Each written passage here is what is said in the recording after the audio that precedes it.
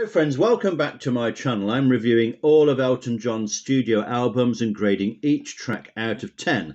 I've got 9 albums to go, and today I'm looking at this one, 21 at 33, which Elton recorded in 1980.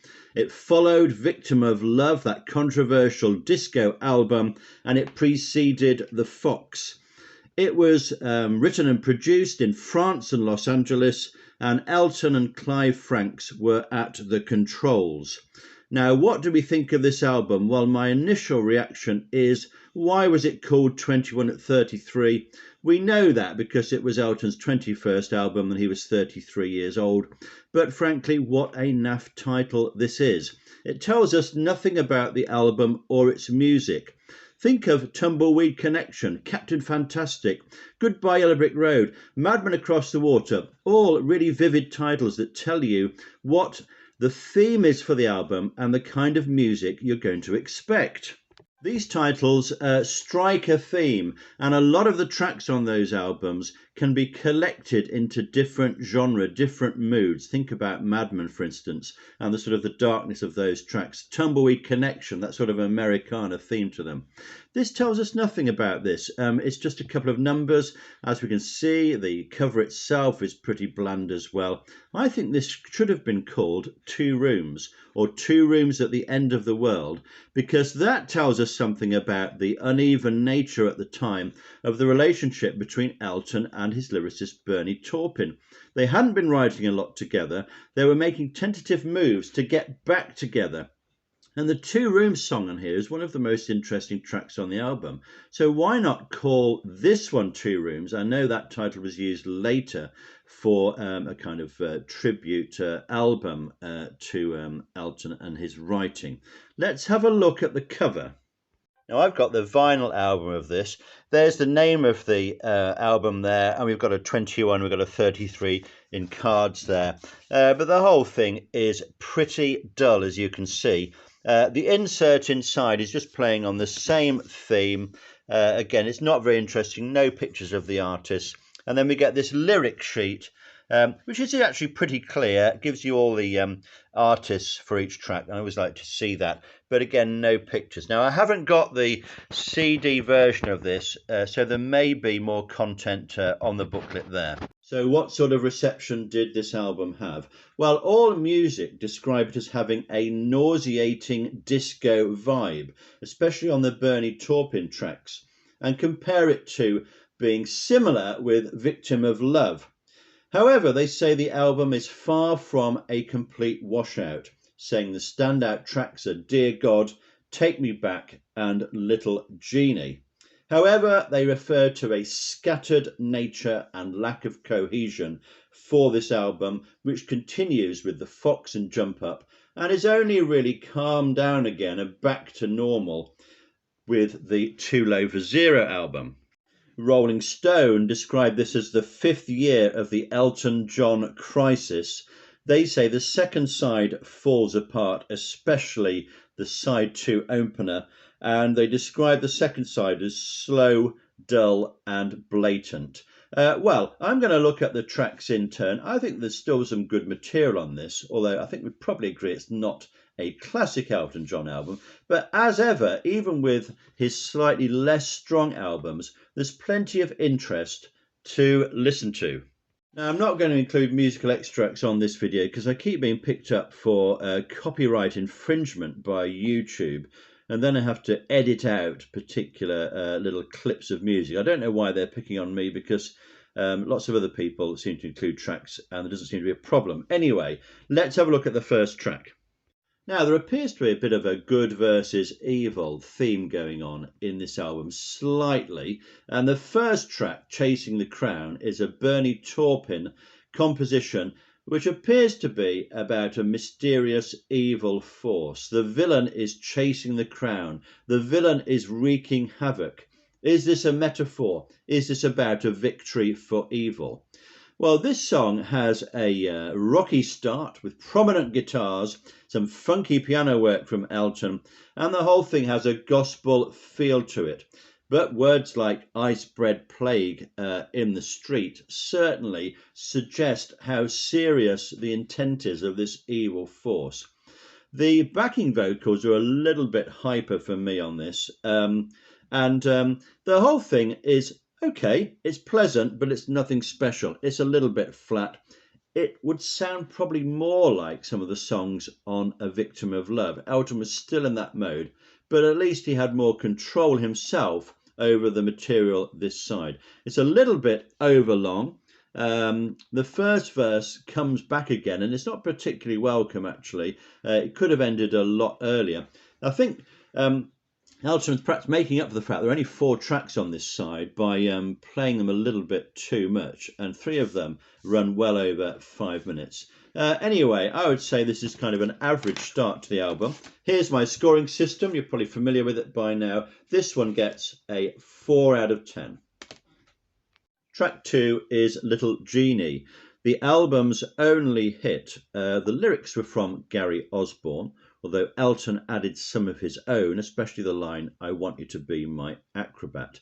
Elton sounds a little bit sad on this, a little bit reflective, as if he's hurt Jeannie and wants to make up to her. Elton's on the electric piano. It's a little bit dated now, perhaps, that sound, but it probably felt okay at the time. And it gives the whole thing a little bit of a feel of the Daniel recording as well. Same sort of mood of that.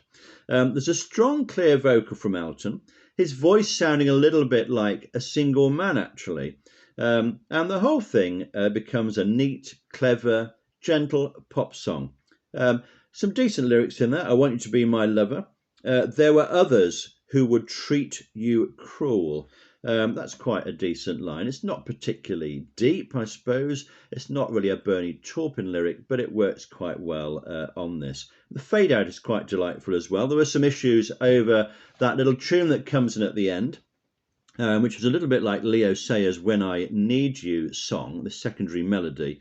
But quite often we do, when we're writing songs, we do write something we don't really mean to be a copy. It just influences us some way, and our melody can sound like another one that's come before, but that's quite common, I think.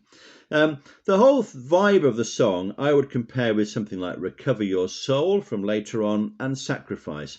It's slow, but it is pleasant. So this is a good quality track. In fact, it's an excellent track for me, and I'm going to give this 8 out of 10.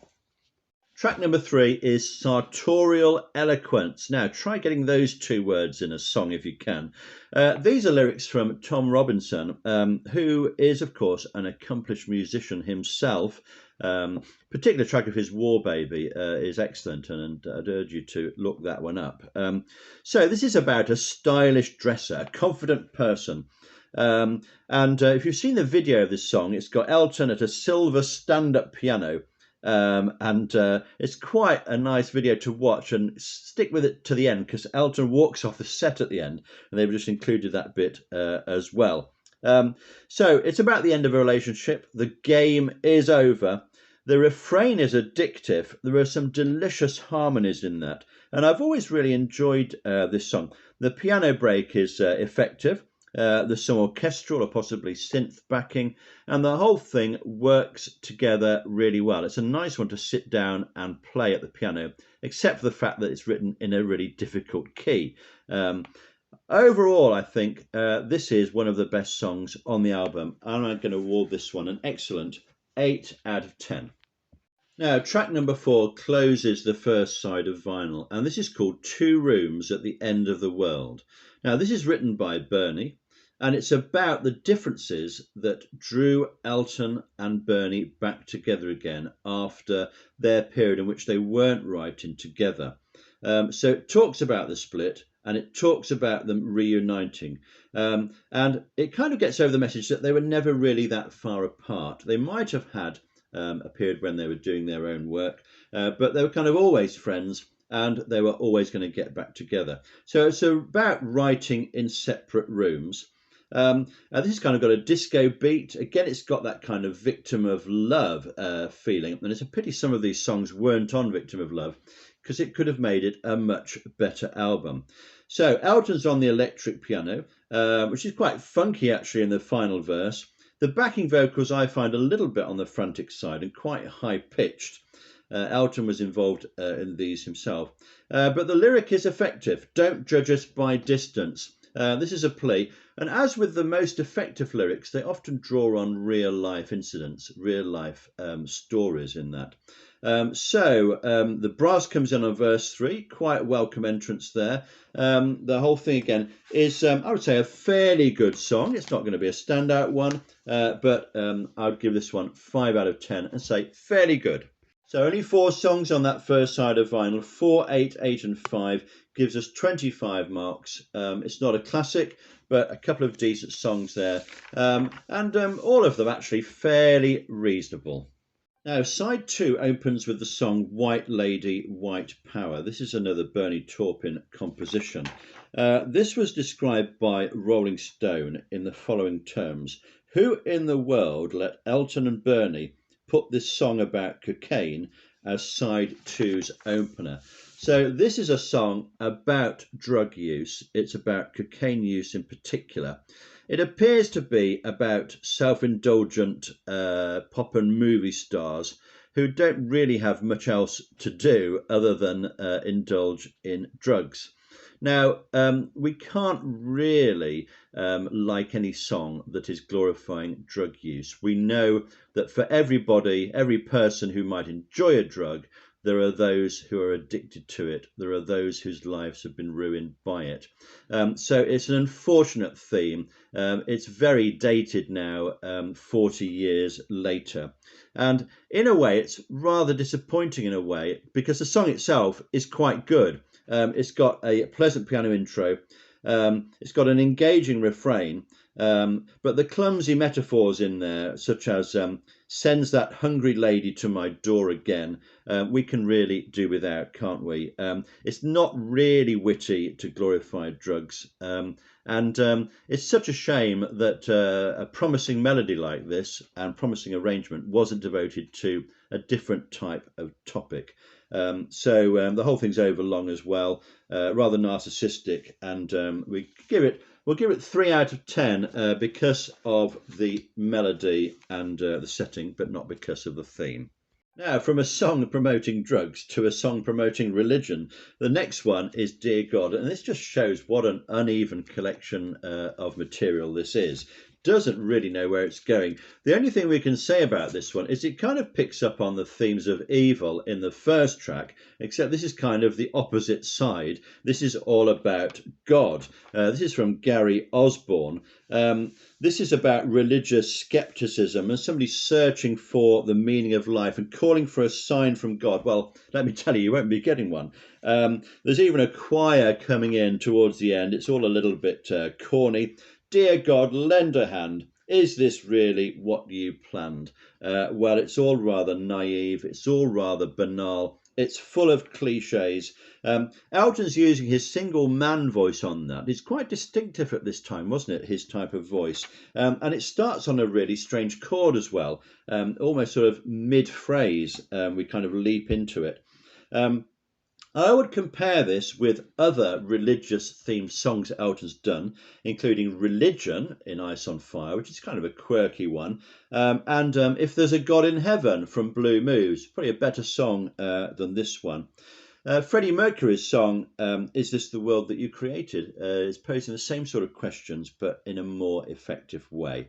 So it's a bit of an oddity, this one. I would say still a fairly good arrangement, fairly good song, and I'm going to rate this one as a 5 out of 10. Track number 7 is another Tom Robinson composition. This one's called Never Gonna Fall in Love Again. Now, Elizabeth Rosenthal, in her book here, doesn't have much time for this song, calling it a sort of Barry Manilow type song, although Barry Manilow did write some good songs, of course. It's a pleasant ballad about a relationship, possibly a man in love with a female who turns out to be gay. That might be some subtext to this, I'm not sure. As with most lyrics, you can read a lot of different things into them. Elton's vocal here is cool and reflective. I find this a pleasant ballad though, but it doesn't really draw us into it. It doesn't involve us. It's almost too laid back. The harmonies on the refrain are catchy and rewarding. There's a decent alto sax break in it. I can imagine an artist, perhaps from somebody from the 1980s like Sade, singing this and doing quite a good version of it. There's no piano from Elton on this one. It's a little bit too much like Little Genie, I think. It's not different enough. It's not powerful enough. And it's back in that sort of Daniel mode. But I'd say it's a good song without getting any higher than that. So I'm going to give this one 6 out of 10. Now, song number 8 is another strange one. This is Take Me Back. It's a Gary Osborne composition, this one. It's been described as a country concoction. You've got to put your cowboy hat on this one, sit down by the fire, and enjoy a plinkety-plonk country song that sounds like it's come from the 1950s. There's even some hoedown fiddles on the break. It's rather irritating in its smugness. We've got lyrics like, open up your heart, little girl, go on and take me back. Of course, Elton can do the country mood of songs, as he did brilliantly on Tumbleweed Connection. But this is all a little bit twee. It's not as sincere as those Tumbleweed songs, many of which were absolutely fantastic.